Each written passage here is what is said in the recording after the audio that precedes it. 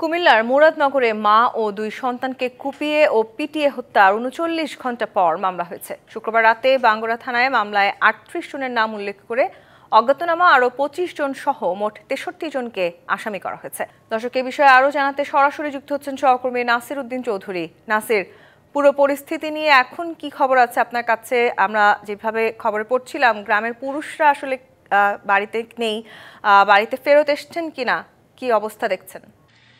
কুমিল্লার মুরাদনগরের বাঙ্গরা করইবাড়ি এলাকায় যে ট্রিপল মার্ডার হয়েছে সেই ট্রিপল মার্ডারের ঘটনায় গতকাল রাতে নিহত রুবি বেগমের বড় মেয়ে রিক্তা আক্তার বাদী হয়ে ২৮ জনের নাম উল্লেখ করে এবং ২০-২৫ জনকে অজ্ঞাতনামা করে মামলা দায়ের করেছেন।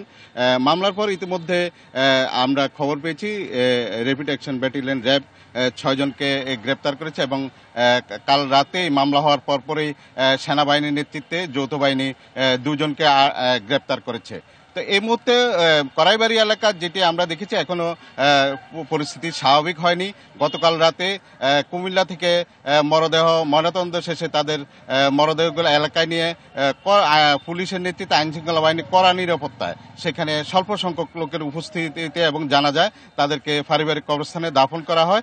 তবে আমরা আইনশৃঙ্খলা বাহিনীর সাথে কথা বলেছি, মামলা যেহেতু হয়েছে তারা আসামিদের গ্রেপ্তার অভিযান অব্যাহত রেখেছে এবং আইন শৃঙ্খলা এবং এলাকার স্বাভাবিক পরিস্থিতি নিয়ন্ত্রণে তারা কাজ করছে এবং শীঘ্রই এই পরিস্থিতি স্বাভাবিক হবে বলে আমাদেরকে আইন শৃঙ্খলা বাহিনী জানিয়েছেন।